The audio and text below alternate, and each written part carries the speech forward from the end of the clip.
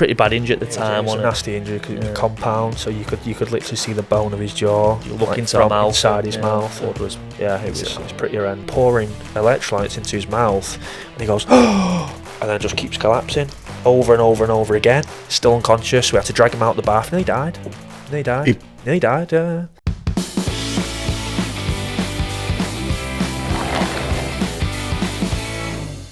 So, listener, we've got great guests here. We've got Matt Bonner and Dan Bonner, local heroes through and through. So I'm really chuffed that you're here. Oh, thanks for having me. But I'm just going to reel off a couple of bits, if that's all right, first of all. Of course. So, between you, all right, you're world champions in your sport, UK number one. Dan, I think you were, I'm going to read them off here, WBC number one, 2 times world champion, you're world champion at middleweight. 1 time WBC international champion, 2 times European champion, and not only that, in between all of that, you run your own gym as well, right? As well as working out, trying to find sponsors. That's right. To help support you through the sport, because nothing's free. No, that's right. Okay, and so you are true local hero. So welcome. Oh, cheers. Thanks for having us on. I just smacked the table, didn't I? I was told not to do that, wasn't I? So look, we came to know each other through Fiona, didn't we? Right. Yep. Which is great, and I've had the privilege to be able to, Liberalis Skateboards has been able to help sponsor a couple of your That's fights. right. That's people say to me. They say, "How did you meet Mark? How did you meet Liberalis?" And I say, "It's through the internet." And I think they think that was like met through Tinder or something like that. It's like Grinder. Yeah, Grinder. It's like, no, I've said it the wrong way. He's friends with my auntie, and she, connected us together. He reached out to me and said, "I'm happy to sponsor you," and sponsors are so hard to get. Oh yeah. Sponsors are so hard to get in this sport. He said, "I want to support you. You've never asked for anything in return, so forever grateful. You're sponsoring the new gym kit that we're going to have in hopefully the next month or so, and you've said you're going to sponsor Dan, so that's like it's much appreciated. Yeah, it really is. It really is. Honestly, it's no bother, lads. I'm more than happy to help where I possibly can, because it's tough out there, isn't it? It is. It's tough, and it's like you said. It's kind of, we're coaches, we're fighters, we're dads, there's a lot going on, like everybody else's life. Everybody's busy, but it certainly makes it easier when someone says, "I'm going to support you for your fight," and then you go, "Ace, now I don't need to work 30 hours a week while I'm trying to train and be the best in the world." Yeah. So you both started out. Am I going to say it right? Muay Thai. Yeah. Muay Thai. Yeah, so fighters. it was more kickboxing first, which is a little bit different. Just no elbows, no knees to face. Both started that, didn't we, when we were about 10. And then over the years, we're kind of in and out a little bit, and then kind of stuck to MMA a little bit, didn't you? And I went to what I do now, Muay Thai. Yeah. So it's been a fair while now. There wasn't any idea of being a professional fighter in the slightest when we first started. It was. We'd have been quite happy playing on the PlayStation all day. And I think it was my mum saying, "Oh, they can't be in the house all the time. They've just finished football. The team's disbanded. Let's get into something which is active. There's a self-defense element to it as well." And that's how we came to be. In training, it wasn't from any grand scheme of being a world champion or anything. It was just because we enjoyed doing it. Yeah. So is it 10 when you started? 10, yeah. Wow. Okay. And so you found a gym. You just went, do you know what? Rather than going to a regular gym, you obviously fancy some sort of contact sport. Well, there was no social media then. It was literally an ad in the Warrington Guardian, on the back of the Warrington Guardian. Okay, we'll do that. And Warrington's always had a bit of a fighting history for Muay Thai, for Thai boxing, say kickboxing. So that was literally one. It was an ad in the paper, and I think that Sunday we were there. Yeah, Mum enrolled us straight away. And ironically enough, now they're one of our competitors, so we're obviously much better than them. There you go. It's a winner. Yeah, we'll not name them, but we're better than they are. Yeah, so Wolf Jim. Well, I was saying to you before that I did police boys boxing in the town I came from, and I was encouraged by a lad at school, and I quite liked it actually. And the funny thing was, Mad Max Thunderdome was out at the time, and so we all used to meet in the toilets. It sounds a bit dodgy, but we did. And there was like a group of fella, and you had to go for about. You had to fight for about a minute, I think it was, something like that. You weren't allowed to punch anyone on the nose or nothing. And then from there, I went down to the police boys, had a go. But I didn't tell my mum because my mum wasn't up for it. She wanted me to play football like her dad did. And so, but I came back with a broken nose. and so I couldn't hide it then, That's right. and I wasn't allowed to go back again. But I love the fitness. Yeah. That's all it needs to be. It's what you were saying before. You know, we obviously own the Forge Gym, and not everybody who walks through the door wants to be a fighter. And they shouldn't want to be a fighter. It's a tough life. There's lots of pros, lots of cons, but some people want to learn how to train for self-defense. Some people do it for fitness. Yeah. A small majority want to do it because they want to fight, and we try and appeal to all those things, don't we? Yeah.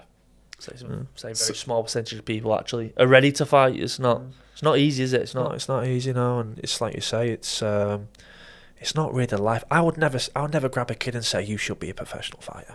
You want to be the next Dan Bonner. Because they go, who the hell's Dan Bonner? And I say, it's him over there. They go, I think I'll focus on my education a bit more then. I don't want to be like him.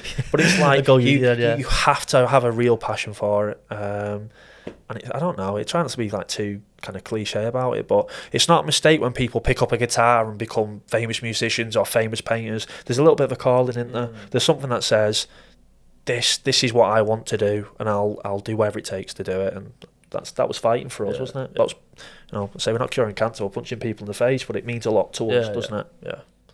So I've caught my shin on a piece of wood accidentally in the forest, right? Or stubbed my toe on the step, and it kills. So you do this for a living? Yeah. Yeah. How do you train for getting kicked in the shins? It's just conditioning over the years. And people do say to me, like, with all the adrenaline in the fight, I bet you don't even feel it, do you? And you're like, fucking do. Right. Yeah, it fucking hurts me. Yeah. Not as much as like it would to someone who's never kicked before, but if someone blocks your foot with their shin to block a kick, yeah, fucking hurts. Do you know what I mean? But again, you're zoned in. It's not.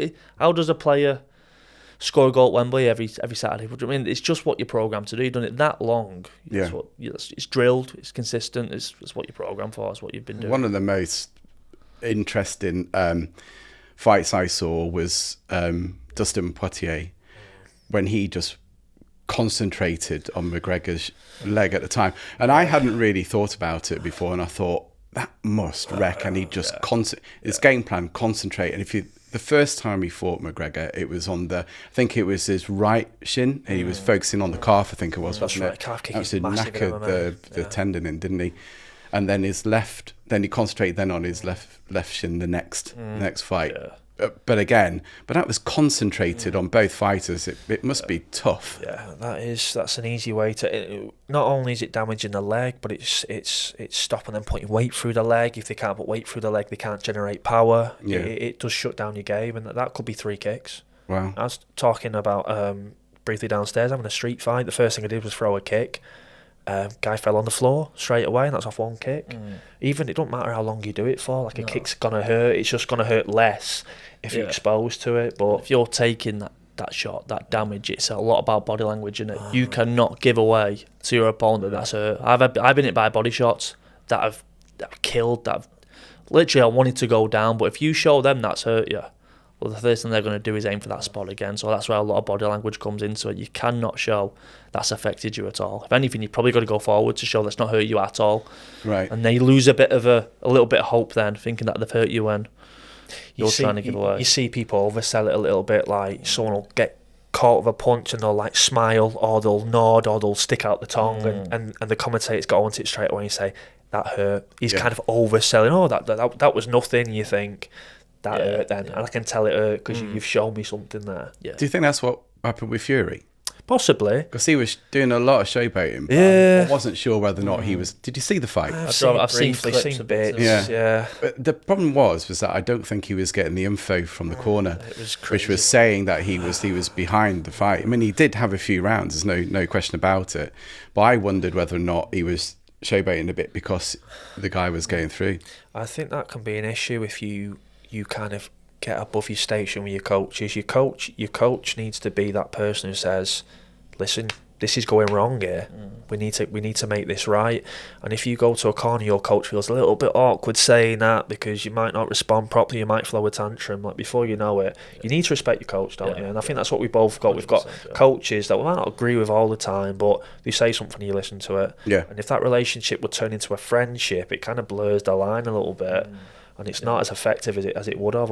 Everyone needs a boss, don't they? You need a boss. We're the boss in our gym, but when we go to our other gyms that we train at, if he says jump, you have to say how high sometimes. Whether you believe in what you're saying or not, he's the boss. He's the man If he says to do it, you do it without question. Yeah, there has to be that respect there, you see. And if you're too friendly, the chances are you're not going to do it, are you? 100%. Exactly. So you started going to the gym. You thought you felt that you were good at it. You are in that small percentage, though. You do understand that where like the clouds align. Yeah. You both had an aptitude for it. Yeah. You both were tough enough to have the mental ability to be able to overcome the feeling of getting punched on the nose. There's nothing like an ego leveler than getting punched on the nose, right? The first time. It's pretty horrendous. Yeah, no one go. You have people sometimes who go, "Oh, I love getting it," and you go, "Well, you're either lying or you're a psychopath. Nobody likes getting. You're not meant to like getting hit. That's why we move our head and we Well, you get blink when you first start, don't you? No one likes getting hit. It ends up becoming a bit of a macho crap in the end, doesn't it? But yeah, getting hit in total, whether it's a kick or a punch or a knee or an elbow, is not pleasant. No. Yeah, having the ability and the confidence to get over that, though, that's the discipline I think you're learning, isn't it? And you're teaching the kids and the folk who come to your gym. Yeah. We'll talk about forge fight in a bit, and it's just about not only you're learning a skill, keeping yourself fit. You don't necessarily have to be a fighter, folks. You can go and keep yourself fit, great shape, learn a discipline. Yeah, discipline. Which is what you've done. So you've through that gym experience. What was the point where you went, actually, do you know what? We're not bad at this. I remember watching The Ultimate Fighter. Yeah. So the UFC is the big promotion. So everybody wants to get to the UFC, and they have a reality TV show called The Ultimate Fighter. And we'd never had Sky Sports before. We ended up moving to Wales with my mum's parent at the time, and he did have Sky Sports, and we was exposed to this The Ultimate Fighter reality show. So what's this? What the hell? What's this rubbish? Why are they rolling around on the floor? I never want to do that. And then he's still watching it, and I'm being exposed to it, and you're being exposed to the fighting and the drama, and it pulls you in. And it was like, I reckon I'm a better striker than that guy.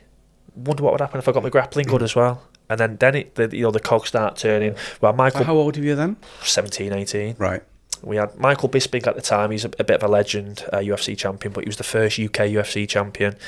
And you saw him, you think, maybe this is viable, that we can do it. And we ended up going to the gym that he was at. We did a little bit of training there and stuff. But I think it was the combination. Well, it was more so, there's Mike doing it. Yeah. Maybe we can do it as well. Just became an obsession. Didn't it? That's right. Yeah. Well, that's all. We never social. I said we moved to Wales. We never socialised. We'd train. That's what we do. Even the gym that we went to was in Widnes, so we'd drive down to Widnes, 55 miles there, train for an hour, drive back, 55 miles back home. And that was just our life then, wasn't it? Yeah. We never drank. We never. But it never went out, did we? But no. But it was like, oh God, you sacrificed. No, it was never that. No, that's what we wanted to do. Yeah. That's all we love doing it. Yeah, that's what we just wanted to do. We were lucky in a sense that I think that we had each other. So it's not like, God, I've not got any friends. I've not got girlfriend, whatever. It wouldn't. Well, we take those boxes, but it was like, I've got someone with me who shares a passion, and if we're not training at the gym, we can come home and practice the moves at home as well. Right. So we were lucky that we had each other in that sense, I think. Yeah. But you had to have some sort of consistent discipline. Yeah. Which, I don't know where that comes from in a sense. No. I think we banked on this is probably the only thing that we're half decent at. So we best keep at this because we're useless at everything else. I remember used to have a conversation. My biggest fear in life was to be average, just to be your average Joe who hated Monday to Friday. Yeah. Getting up, hating work, coming back home, going to bed in a mood, and then doing that for Monday to Friday, and then having Saturday and Sunday to look forward to. I never ever wanted that. That was my always, probably the same for you as well, was just being the average. Not that there's anything wrong with that, people enjoy it, but the average 9 to 5 slog every week, I just could not do that. I just couldn't do it. I just would not do it. So that was the big drive for me. Who had the first fight then? So was it yourself, Dan? First proper fight would have been you. Yeah. I took it. I think I took it about 2 weeks' notice in Stoke. The guy who was coaching us at the time didn't even show up to corner me, so you cornered me, didn't you? And another guy, and there's a story behind that guy as well. But yeah, so I won and knocked the guy out at the end of the first round, but happened to break my jaw in 2 places, trying in the meantime, which was pretty bad injury at the time. It was a nasty injury because it was compound, so you could literally see the bone of his jaw. You look into his mouth, inside his mouth. It was pretty horrendous. And then you've got all the doctors and nurses. Oh, I won't do this fight never again. You probably won't. Again. Yeah, what's it been? 15 years. Never had one issue with it at all. No. So since then, you've had, was it 30 fights since then? Yeah, we both had about 30 fights. About 27. Injuries are part of the sport, aren't they? They're part of the game. I've had loads of injuries. I've torn biceps, broken jaws, broken hands, both torn our knees multiple times, haven't we? I've just broke my hand in my last fight. That's just part of the course in sport, really. Yeah. For combat sport, that's what. It's the price. Yeah, that is. Yeah. There's always a price. So everything you do, everything you could be a carpet fit and you're going to ruin your knees. You could be an office worker and you bent over a computer all day. Yeah. You pay the price. You do. You pay for what you do. Yeah. So you won that fight. Surely after, I'm assuming it wasn't long until you had your fight. But your mum knew at this point then, didn't she? That was the issue. It was like similar to your story. Like you can't go home and hide your broken jaw for 8 weeks until it heals. It was like a phone call. Got some good news and got some bad news. Dan's won his fight. She was like, "Oh, that's good." He smashed his jaw to pieces. Oh my God, he's supposed to be working tomorrow. I'm thinking he's having an operation tomorrow, so let's not worry about work. Not working. But I think there was. I don't think my mum wanted us to do it, but I think she knew it was like She didn't have a they're say. not going to do anything else. She didn't have a say in it. It's like we're doing it, with you with us or not, we're doing it. And like, there was a job. Me and Dan were joiners. We trained to be a joiner for years, bench joiners, and we had a joinery job. We used to work on old sash windows, and it was like, you fellas can earn 30 grand a year at 18 years old. And you think, good, what can I, like 30 grand Back a year then, that was 18. decent money. We're talking about 45, 50 grand now. And it was like, okay, but just so you know, we've not had a fight yet, but we want to fight. We want to be amateur fighters. And like, oh yeah, sound. We'll keep you local. I think the first job was in Newcastle, which was from Wales about 5 hours away. Rung them up the next day, so I'm resigning. So we said that we were all in on this fighting thing, but you've not had a fight yet. How do you know you like it? It's like, don't matter. Yeah, we're fighting, and that's it. And shove your job where when the sun doesn't. So how do you support yourselves then through that process then? 'Cause that's got to be tough. Yeah. I mean, we had a little bit of savings between ourselves, didn't we? But yeah, we'd work in a warehouse, or we worked in a meat factory for a while. We've done all sorts, haven't we? Building sites, all sorts. Yeah. Pretty horrendous jobs, to be fair. Yeah. Jobs we didn't enjoy doing, but then obviously the growth from that is, God, I don't want to be doing this. I'm definitely want to be a fighter now. We'd burnt our bridges, and there was no other choice, was there? There was no other way we were going to go. We were working night shifts, weren't we? So we'd literally work the night shift, go home, get something to eat, go sleep, wake up, go training, then rinse, repeat. That was our life, wasn't it? Yeah. When did you sort of dive? Because you went into MMA, Matt. And then you stayed, didn't you?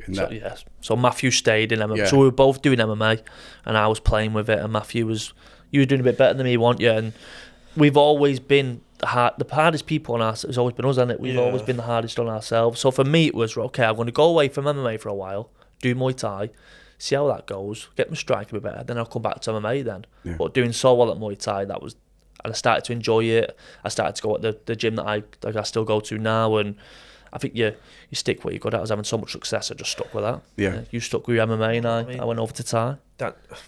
I don't earn big money, but I earn big money compared to what Dan earns, considering he's the best in the world. And people say all the time, why don't Dan go to MMA? Why don't Dan go to Thai? You can earn loads more money. And you think, because he's in love with Thai boxing, and that's what he wants to do. That's it. He comes over MMA. It don't mean he's going to be a success, because now he's going to be doing the wrestling and the grappling bit, which just doesn't appeal, and stuff that you were never really adept at. So he loves Thai, and he's the best in the world. It's like saying to a badminton player, why don't you just try that tennis? They earn good money in tennis. Don't you just do tennis instead? It's different. It's a different sport. Badminton. That's why. It's just different. Yeah. So what is the difference for the listener then between the disciplines? So Thai boxing is like a purely stand-up. Elbows, knees, punches, kicks. The difference of MMA is we have the grappling aspect, so we have the wrestling, we have the Brazilian Jiu-Jitsu on the floor, submissions. There's essentially just more ways to win a fight. So you can win by choking your opponent unconscious, you could win by breaking his arms. Probably a little bit more brutality to MMA. It looks that Thai way, boxing. It looks But then you get elbowed across the face in Thai boxing. You have a 6-inch gash across your forehead. So the main difference is there's a grappling element to MMA, where Muay Thai is strictly striking. Just striking. Yeah. So you go around. Well, I know for a fact, like you went to Newcastle, I think it was. You've been around the UK, over into Germany. Yeah, of course. Germany, that was last November, and that was my first fight for Octagon, which is a new promotion I've signed for, and that was 20,000 people there. And that was the first time I've ever fought. I've kind of done like 4,000 or 5,000. Yeah. With 20,000 people, and you think, how are you going to manage that? And you think, I have no idea, because I've never been exposed to it before. And you'd gone from one extreme to the other by fighting in COVID, hadn't you? With the behind the doors fights with literally no audience to fight in front of 20,000. Yeah. That was Cage Warriors, was it? That was Cage Warriors, yeah. I had 17 fights for Cage Warriors, and I was still managed by Graham, who owns Cage Warriors. So I have a good relationship with Graham, but I'd pretty much spent 80% of my fight career at Cage Warriors. Yeah. They were really the only company in the world, by the UFC, who were actually able to carry on through the pandemic. So they had fights behind closed doors where it literally was you, the fighters, and the cameraman, and that was it. So that was ace. Something you didn't have the privilege of doing because Thai boxing completely shut down. So I was very lucky in that respect. I won my world title during the pandemic as well. So it was, I kind of look back on fond memories, and I try and forget, people's lives were ruined, but for me it was my So you had most successful. yeah, that was my most successful period of my career. You both fight in front of crowds. I think the first time must have been a right buzz, mustn't it? It's a weird one. We get more of the buzz after the fight, if you know what I mean. I think the most buzz we'll ever get is when we retire and you look back at what you've achieved. Yeah. That'll be the buzz for me, and I can show my daughter and I can show my grandkids and stuff. That'll be the buzz. Because at the minute, sounds weird saying it. Sounds a bit depressing, but you win a world title and you're like, okay, when's the next one then? Because that's what you do. You just want more. And I think the day when you win another world title, or I win another world title, and you go, do you know what, I'm happy with that. That's probably the day you should call it. And that's probably the end of your career then. That competitive drive, which makes you want to keep winning and keep competing, is not going to just kind of dissipate. We had this with yourself, because I won a world title before Dan, and I was like, when I win this world title, weight the world's gone off my shoulders, I'm going to get all this credibility, everybody's going to respect me after that, and nothing changed, and I felt the same. And I said to Dan, trust me, when you win a world title, nothing changes. No, it will. I just want to win one title. And then you won world title, and he was like, well, if I win the next world title, then everything will change and everyone will respect me. And it's not. It's like a void that you will never fill. Yeah. You just have to be happy with what you've achieved, I think. But that will probably come after you retire. You'll get when you stop and you can look back. That's when you'll be happy. I've been cutting quite a lot of my clips for Instagram of bits and bobs of my fight. And I look back and you go, oh, that's a good moment. And you think, God, I'm grateful that I've been able to do that. And it was, I don't know, like, almost a little bit emotional looking back. And I said this to yourself, like you walk into the cage and there's people you know are cheering for you. And then there's people you don't know are cheering for you. And you think, that person's just cheered for me and they don't even know me. It's just nice, odd. isn't it? Yeah, it's nice. It's odd. They're a nice. fan. Yeah. And they could be just a fan of the sport. Yeah, that's right. Yeah. And they've got your back. Because nice. the majority of people that go to these things are a fan of the sport first. Yeah, for sure. And then you tend to, like a kid might have a favourite player in the team. There's something that attracts them to it. So do you hear the crowd when you're fighting? Welcome to the Forge Fight Academy in Busey, Warrington, where warriors are forged and champions are made.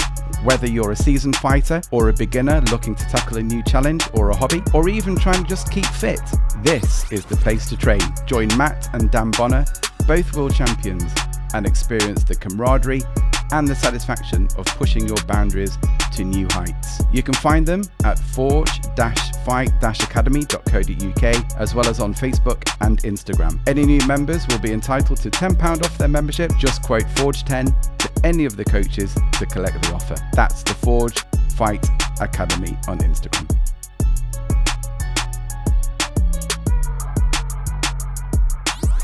No, I don't really. I don't know if it's just me with the tunnel vision, just trying to listen to my coach. That's the most important bit for me. My missus will say, Jamie's screaming the crowd through, and you're like, no. No, I'm listening to a coach. I want that technical breakdown, not punch him, knock him out. That's not going to help me. Go on, yeah. Go on, get up, Matt. It's like, trying. I just can't. It's too strong. So recovery must be a challenge. So you've got a couple of challenges with each fight. One is making the weight. Yeah. Which is difficult in itself, and it's hey, guess what? I've put on like 2.5 stone practically since COVID, right? And I'm not even doing anything, so it's like trying to get rid of that, but trying to make the weight, and then still be on your game, and then you've got the recovery afterwards, and then of course, as you said, you've then got to go and what's the next fight, because you have to go again. You got to go again. Like you said, we're running our own business. Well, you've got your own business. Yeah, exactly. So it's like I'm fighting on Saturday. I'm still in the gym for Monday, taking the class. Do you know what I mean? There's not someone paying my bills. You like you say, the recovery is the hardest bit. I might be limping around the gym, but I'm still in the gym. Still taking one-to-one sessions. Still taking group classes. There's no. You might have Sunday off, but you're back in the gym on a Monday. Yeah, you've no choice, have you? You've no choice, and you won't want it any different way anyway. It is what it is, isn't it? Yeah. And that's the kind of the positive of coming into the sport. It wasn't we're going to be fighters because we're going to make loads of money. It was we're going to be fighters and we're probably going to make nothing, but we'll still be happy with it. We knew it was going to compromise from day one. I mean, it wasn't. It's not a shock that you're number one in the world and you're doing pads on a Monday after winning a world title on Saturday. That's Muay Thai. That's Thai boxing. Just the life. Yeah. So Germany, tough fight. Yeah. Good fight. It was thrilling. Yeah, I loved it. And but just talking about that theme though, after that, back over, and you're back in at Forge Fight Academy. On by the Tuesday, I think it was. It's quite nice. You go like, I've won a fight. I can puff my chest out, like waltz around the gym a little bit, and they go, "Oh, good, well done on your fight, mate." Oh yeah, it was easy work. Just tore 2 ligaments in my knee But yeah, it's nice and everyone's dead pleased for you. It's kind of worse when you lose, and you do have that kind of. I've got to go and face that. And you're embarrassed, and no one's. My wife fought 6 times as an amateur MMA fighter, and she did well. Beat some good girls, got beat by some good girls, and she's like, "I'm not going to go back into work the next morning. Just lost." And you think, Leslie, they're in the car going home thinking about what they're having for the tea. They're not thinking, "Oh my God, Leslie lost a fight, how embarrassing." They go, "Oh, it's a shame Leslie lost a fight. Should we get KFC when we go back? Should we have a treat?" But you forget that, and you don't go, "Oh well, I lost my fight, but I did my best." You go, "Christ, I'm gonna have to." Probably, like you said before, it's a selfish sport, and you think the world revolves around you. Don't in a sense, yeah. So no one cares. Yeah. Really. Why is he laughing over there? I lost my fight because you don't care. Do you know what I mean? You don't care. It's not his life, is it? Yeah. You do. It's a very selfish endeavour being a fighter. You think the world revolves around you, and if you're sad because you've lost a fight, you think everyone else should be sad because you've lost a fight, and that's not life, is it? That's not real life. Well, it's just reminded me of a film called The Hurt Locker, and I think the guy's just come back after a year's tour in Iraq somewhere, and the next shot you see him walking down Walmart getting cereal off the aisle. You're like, how do these 2 things go together? But it's a real it's really grounding, isn't it? Don't matter if you're world champion, your baby's still got a dirty nappy. You still got to clean that poo up. Do you know what I mean? It's like you're not nothing special. Yeah, absolutely. Yeah. So Dan, you were in Australia. Yeah. So was it for the WBC? Yeah, it's a WBC. Super middleweight world title. Yeah, and it's just, I feel sorry saying it on the promoter. The promoter's a great guy, and I didn't lose a penny. He still paid me for fighting, paid for our hotel, flights, accommodation, everything. But yeah, went all the way there, and the guy I was supposed to be fighting, well-loved guy, dead respected, high level, just didn't make the weight. Feigned injury, I think. He said he was injured, but yeah, the fight got cancelled basically about 2 hours before the weigh-in. I'd cut weight, so I'd cut down 76 kilos, and from the story I'd heard, he'd had a lot of trouble. He'd gone into fight camp way heavier than he should have, and yeah, the fight got cancelled about 2 hours before the weigh-in. Yeah, devastated. Yeah. So that belt's now become free now. Yeah, so that's vacant. Hopefully, we're just looking for an opponent. That's on for me September the 8th in Wigan on my gym, the gym I travel to train at. It's his home show. It's basically our gym's home show. So hopefully I get to contest for that world title. Yeah, that would be fantastic. Oh, yeah. So when you how long were you away for them for that? It was about 10 days out. 10 days. It was 10 days. Doesn't sound like a lot of time, but it's the 8 weeks before where you're training your ass off. You know what I mean? You're spending time away from your kid, away from work. Obviously, you don't work as much. You can't hold one-to-one sessions and stuff because you're training 3, 4, 5 hours a day. It's a lot of travelling. You're paying a nutritionist. You're paying a strength and conditioning coach.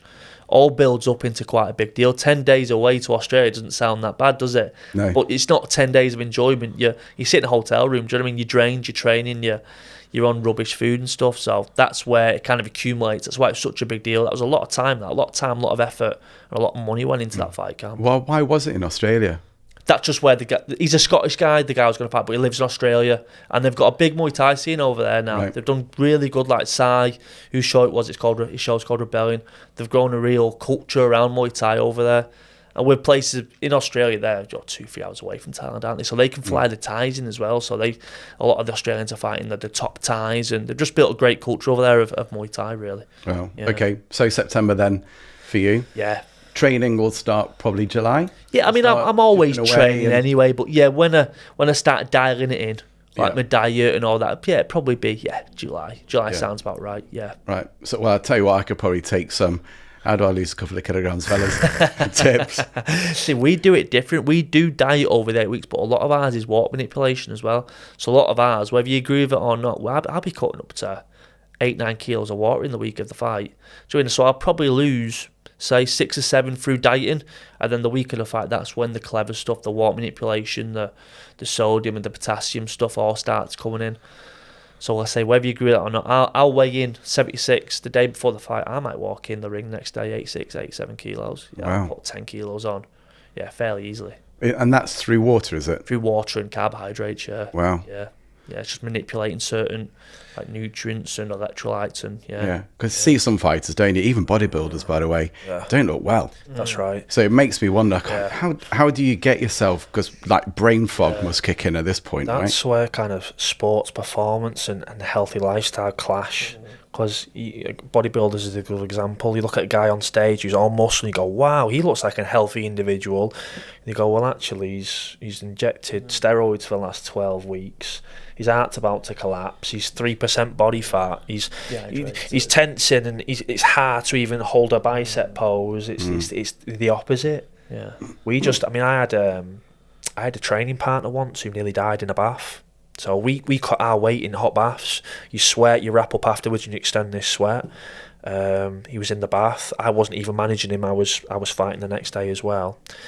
I got a phone call. Do you mind just helping? His name was Matt as well. Do you mind just helping Matt? He's in the bath. I'm having problems getting him out of the bath. Of course, 30 seconds in the hotel room. Walk in the bathroom. You okay, Matt? Unconscious in the bath. I said, you okay, Matt? Start kind of giving a little bit of a slap around the face, like that helps anything, but you just do it, don't you? Still unconscious. We had to drag him out the bath. Nearly died. So he's collapsed on the floor. Ambulance is on the way. Fight promoters going, oh my God, what's going to happen? I'm kind of feeding him. I've got my nutritionist on the phone. I'm saying, what the hell do I do? Because this guy's in real trouble here. See if you can just get some fluids in him. And he had like an electrolyte drink. I'm pouring electrolytes into his mouth, and he goes, oh, and then just keeps collapsing over and over and over again. It's like his body's going into shock. The paramedics come, get in a wheelchair, blood pressure shoots down in the ambulance, and he dies just from a bad weight cut. And that's and this it's not common, but there's rules in organisations now to try and prevent this. It doesn't quite still. No, you can still kind of manage it, can't you? You can still kind of dehydrate yourself to a certain level. Very dangerous. Yeah. Way more dangerous than the fight. Yeah, I can imagine. God, that's shocking. Yeah. So yourself then, I think the Octagon fight was in January, was it? It was in January. I lost that one, unfortunately. That was against a guy called Mehdi Peñas. He's a super fighter. He's a machine. I fought some really good guys, UFC guys. And after that fight, I'm thinking, it was actually an easy loss to take in a sense, because I thought he was just incredible. Yeah. He was so good. And that's not nice to say. But he had this amazing way when you go into a grapple. And what he would do, his stance. So he pushed his back against the cage, widen his stance. Split his stance, yeah. And so therefore he's a real solid person to go onto the ground. But I've noticed that a lot recently, where I think since you're fighting, I've seen a few since then. I kind of going that there's a technique now, which I'm seeing. My speciality will be getting people on the wall and dragging them out as well. So that's the thing. It's like, this is where I'm supposed to be good at, and he was hitting me with these little pot shots, we're talking about the distance of the punch to my face was like 6 to 7 inches, and every time he hit me, he burst me lip.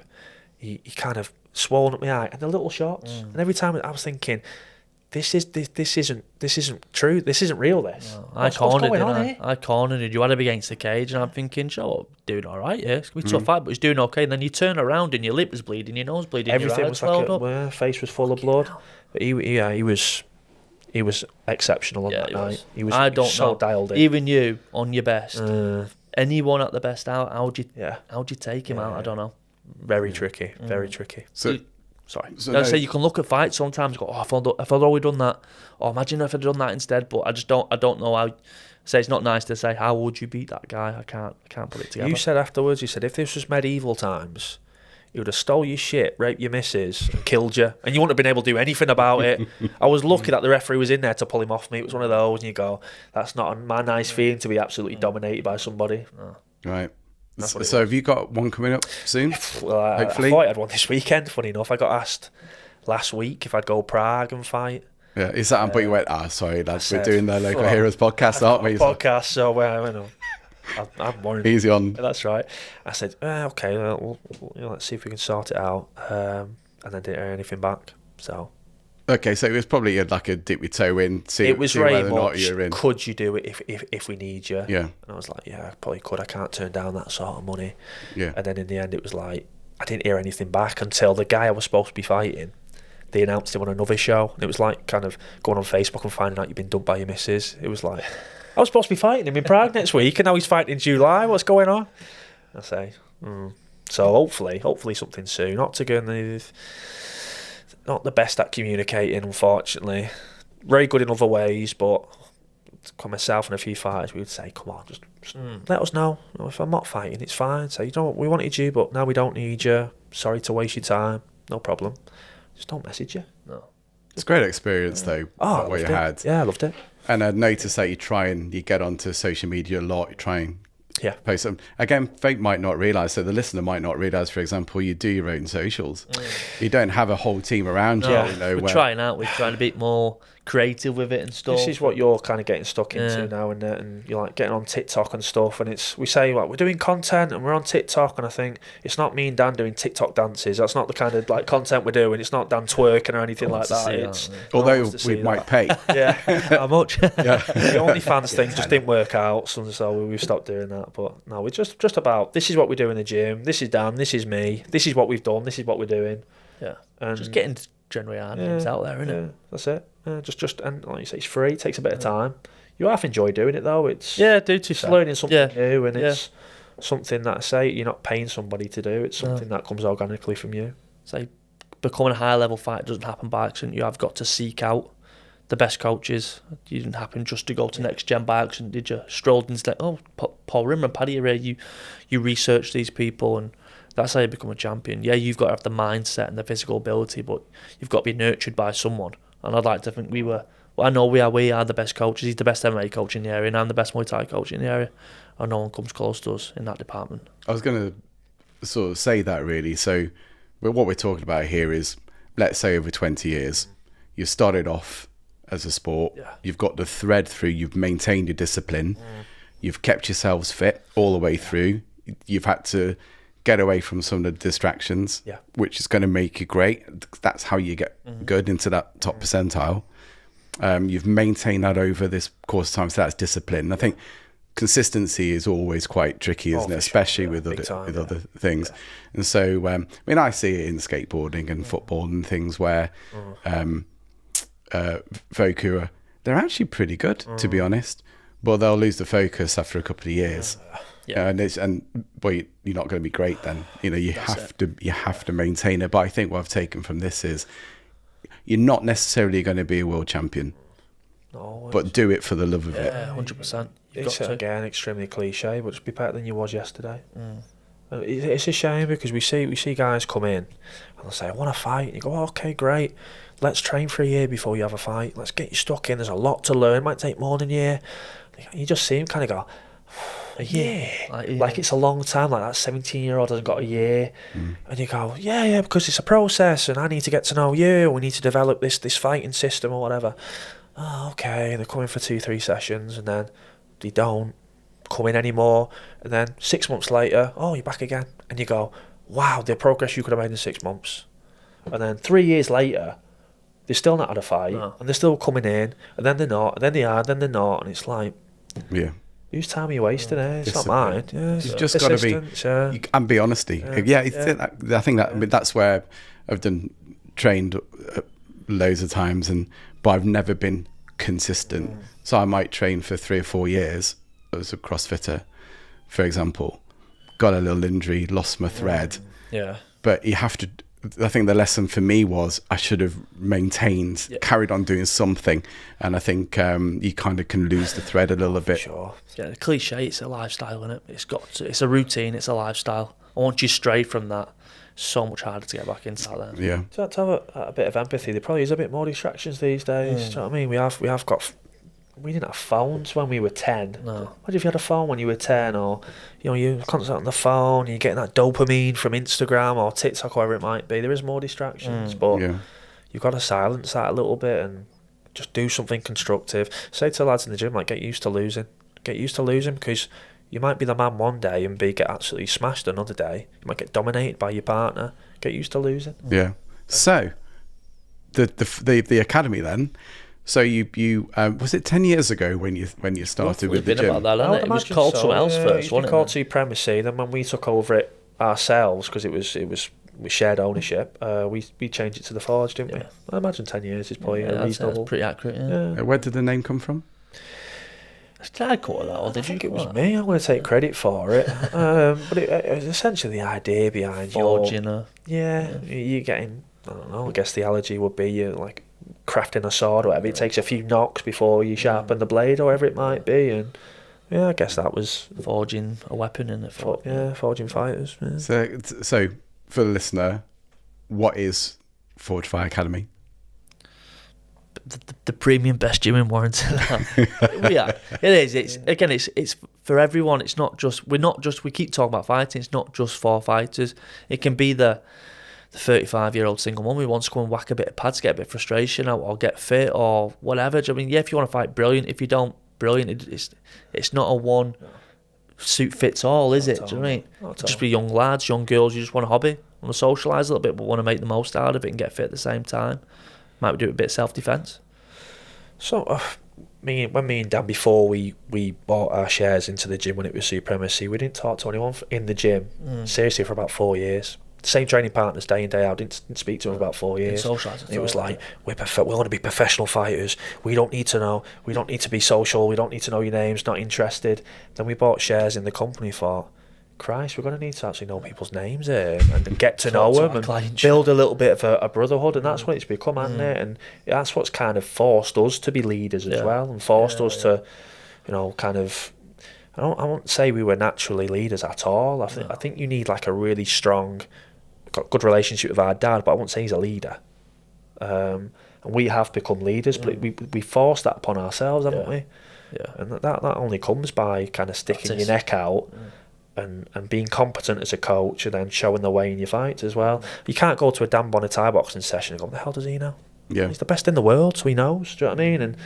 And that's okay for you to ask questions, to have your different take on it, but you can't deny that he's the boy when it comes to coaching and fighting. Right. So what does the gym look like then? So if someone's going to come to it, what do they expect when they're there? The gym is a very simple premise, isn't it? Really, we're quite. What the idea first initially was, let's just fill this space. We've got 1,000 square foot gym. It's all padded out, all matted. Let's fill this space, and we're kind of at full capacity now, aren't we? We do the ultra boxing, the ultra MMA as well, and we've got 50 bodies in there. And it's kind of we need to extend, don't we? We've gone bigger. Oh, we need to get too bigger. Safe now, isn't it? It's too safe. We pack the classes out now, and it's nice to know that we're going to have a busy class every day, but we need to expand it. Yeah, we do. We need to get a bigger place. You say all levels. Beginners, you get that message, you go, I'm a beginner, can I come? And it's like, of course there's not a gym which just specialises in beginners. No. You come, all the lads are super friendly. I say we're quite lucky in a sense. Maybe it's not luck, but everybody we've got some great guys, haven't we? Yeah, great guys. You can, without going into it too much, we had a guy who joined recently who's got quite severe mental health issues, and he's fitting really well. Yeah. You know what I'm talking about. Yeah. Who's fitting really well, gets looked after, loads of encouragement, and that could be someone with mental health issues, could be a younger kid who gets bullied at school, could be a mum who just needs to get out of the house and do something. But it's a nice gym. It really is, and we're hopefully it comes across in this podcast that we're quite approachable. And, people are always scared, aren't they? Going into a martial arts gym, or they do cage fighting now. Whether it's quite nerve-wracking, isn't it? But so when they come in, they're treated the same as everybody else, aren't they? There's no. There's no Well, discrimination. I think the thing that struck me when we met was how polite, well-mannered, well-spoken you are. It's all fake. Yeah, I was going to say you didn't It's all sound like fake that in the podcast. downstairs. No. No, but you are though. You're Cheers. genuinely decent local lads, right? Who have got to the top of your game, and also you're trying to give something back into the community in it as well through your gym. So the gym, although you're at capacity, you're still taking taking people on, aren't you? And I think maybe youngsters might be what you're looking to do. We've said, we need to really. We've avoided this for a while, not out of any hate for kids or anything, but just because we're so busy. Yeah. You're busy with your career, I'm busy with mine. It's like, really, a gym needs a kids class, kids MMA, kids Thai boxing. That's where you get that next generation of fighter coming through. Ideally, you want to grab kids. If they want to fight, you want to. Not literally, you want to grab kids and you're 10 years old like me and Dan were. We're going to build you from the ground up, and they become the new superstars, don't they?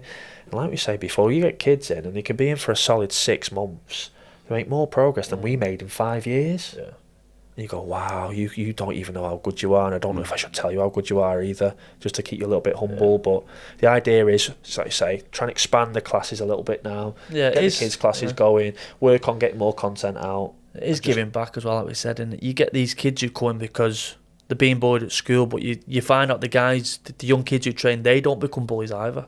So the kids come because they don't want to get bullied, and the kids who come in never become bullies. They get discipline, get encouraged. Say the lads all take them in all nice. So it's about giving back a little bit as well. Isn't it? I will say as well that there's the gym that we started at when we were 10. So expensive. Oh, it's dirty. So expensive. It was so expensive back in the day. They charge more 15 years ago than we charge now. And then you've got a membership on top of that, and it's like, come to our place. You can pay as you train, or you can pay 40 quid and you get 4 weeks for that. Unlimited sessions, 4 weeks. So as many sessions you no like. Uniform. You don't have to wear a certain pairs of shorts. You don't have to buy. We got to a point where in the gym we went to as kids, you couldn't take your own water in. You had to buy his water. So it's like, this is crazy. It becomes expensive, doesn't it? I think that puts a lot of pressure, especially at the minute. Everyone's feeling the pinch at the minute, aren't they? Yeah. So just make it accessible more than anything else. We were saying this downstairs. We've all had a shit manager or a boss or a stepdad, and you go, God, you're a horrible boss. If I'm ever in charge of something, I'm going to do it different than you. And I think this gives us the chance to do that. And do that. Yeah. So that's it. Is it whereabouts is it? So we're in Busey. Pretty central, right near the hospital, on the right side of town. Away from Banky. Yeah, it's not far. It's dead easy to find. You've obviously got all the websites and social media pages where it's got a location. Or we can always, you've got your phone number up on there, haven't you, as well? So, yeah, it's local gym. It's a good location, isn't it? It's a good location. Yeah, it is. I say, just need to expand it a little bit and grow into a bigger gym, but that'll come in time. 100%. To get that consistency, was it 2-3 times a week? Really, you'd do a class? Is that what you'd expect of folk? Yeah, I say so. Work? Yeah, 2-3 times a week, depending on what you want to do. If it's just to get a bit of fit, maybe one time might be enough. Or you just want to get out of the house, like we said before, maybe one time. But if you do want to compete, you've got to be in 2-3 times a week. Yeah. You've got to be that, because it's all the stuff you do outside the gym as well. We've got fighters on this weekend. I've got a couple of lads on this weekend. And I think they used to believe, like, as soon as they left the gym, that's their training over with. But it's not. It's the dieting, it's the road work, it's the strength and conditioning they've got to do. If you want to take this seriously and want to fight, it's got to be 2-3 times in the gym, plus the rest outside the gym as well. Well, that's what you had to, it's, again, super cliche. What's your opponent doing? What's he doing now? He might be running, he might be doing his strength and conditioning, he might be making all the right choices, you might be making all the wrong. Oh, I'll stay in bed and I'll have a chilled out day today. It's like your opponent's running 6 miles or 5k, whatever it might be. You've got to, at a minimum, match that fella. Yeah. Hopefully you want to do a little bit more, but this is where it's changed from when we first started. Nutritionists didn't exist. You didn't have an S&C coach. Some people have mental coaches, boxing coaches, and all the rest of it. It's like it's changed now. The game's changed. There's a lot more to it. And if you want to be a fighter, you have to manage that somehow. If you want to do it as a hobbyist or a casual, 2-3 times a week, an hour, it's more than enough. Yeah. More than enough. Just in relation to getting people down to your academy, they can get hold of you through Instagram, which is Forge Fight Academy. At Forge Fight Academy. You've got a website as well. Yeah. That's your job, innit? theforgefightacademy.co.uk. There is hyphens in between the words. I say that was only made about 4 weeks ago. We've had some good feedback off that. Loads of people coming in. Down with the kids now. We've got a down TikTok with the kids. as Got well. TikTok. Yeah. We say we won't be doing TikTok dances, but if it got coverage, we probably would. If it gets views, we'll do it. Yeah, we'll do it. Yeah. Do anything for views. That's it. But yeah, use Instagram, Facebook. There's an email address up all there. We've got the website. Follow us on it as well. Some people sometimes just want to call me up. More than welcome. My phone number's on there. Call me up, talk about it. See, get all the time. And again, I don't want to go into that kind of route of slagging off other gyms, but they'll go, we're at this gym, it's not working out. Can we come to yours? And it's like, yeah, of course you can. It's not a problem at all. Some coaches get very uncomfortable with their students going to another gym. Like, oh, I'm going to train here, but I also just want to try and get a little bit of training off this coach as well. And it's like, how dare you? You're banned from this gym. You've defied me. You're sensei. And it's like, we say to our lads, you want to go to a gym? Sound.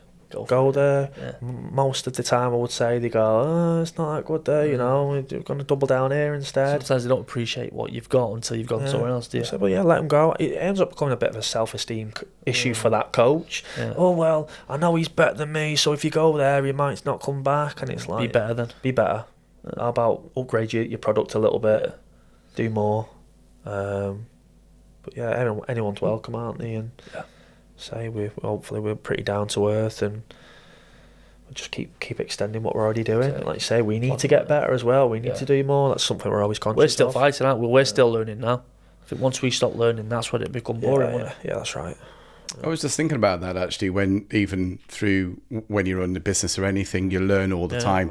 People change the business. You got to move with it a bit. Same with your training. Nutrition is probably different to even what it was 10 years ago.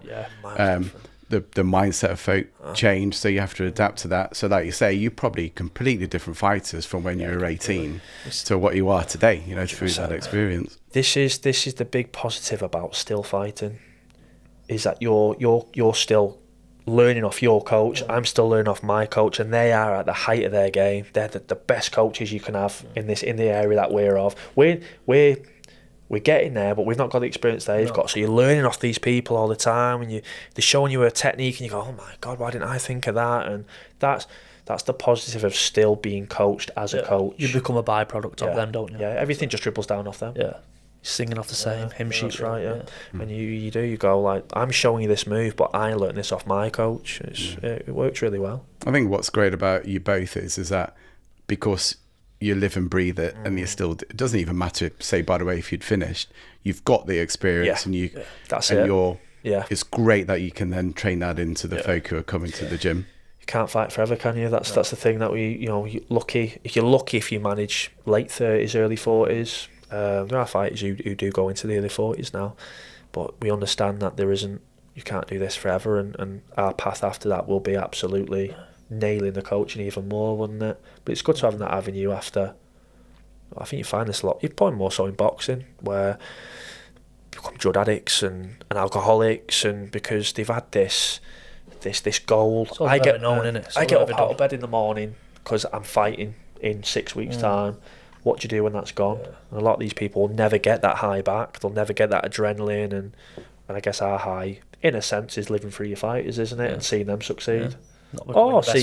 Seeing the kid not get bullied anymore, that would be a reward enough, wouldn't it? And not everybody needs to be a fighter. Not at all. I think that's the thing, that's the message I've got from you, is that come for the discipline, come for the fun of it. There's camaraderie as well. You've got to learn something really good as well. Yeah, both of us being parents, people said, do you want your kid to fight? And I'm like, if she wants to, but she will learn how to defend herself, and anything beyond that, if she doesn't enjoy it anymore, then she doesn't have to do it, but she will learn how to defend herself. She doesn't have to fight. I mean, that's enough for me. Yeah. We used to get dragged to swimming, didn't we, every Saturday? And we hated swimming. And we were never going to drown. And we were never going to become Olympic swimmers, so why still go swimming? We didn't like it. So that's why we gave it up then, didn't we? Yeah, it's like you say, I get the same, point more so because I've got a lad and you've got a girl, so it's like, God, your lad's going to be a great fighter, Matt. And you go, maybe he wants to do something else he wants to do. Maybe he wants to make bloody wedding dresses, or maybe he wants to be a painter or something. As long as he puts his all into it, I don't care. He'll learn how to defend himself, like he'll learn how to swim. And everything beyond that is a choice. And everything beyond that, it's like, I used to coach my wife, and there was that was rewarding in a sense, but that was quite a lot. And we'll if we have an argument in the gym, we won't take it back to the house. And you think, it always went back to the house. So maybe there is a good thing about, if he was to become a fighter, why don't you go and train with your Uncle Dan instead? And then there's that separation from you can be your too kid close, or can't your you? partner. Yeah, you can spend too much time together sometimes, I think. Yeah, that rings true. Fellas, it's been an absolute Thank you. pleasure. We could talk all day. Good. Unfortunately, we're time boxed because you've got to get to work, haven't you? You've gotta got to go get work down to and the I'll gym. Gym now, Yeah. But it's been an absolute joy. So Forge Fire Academy, we'll obviously have that in the links. Nice. Thank you. We'll help as many people get to you as we possibly can. Maybe you'll come back one day. Love to. It would be fantastic. Pleasure. And just leaves me to say, you are local heroes. Oh, cheers, thank you. Thanks very much for coming. Thanks very much. Pleasure. Cheers. Thanks very much. Cheers. Oh, cheers.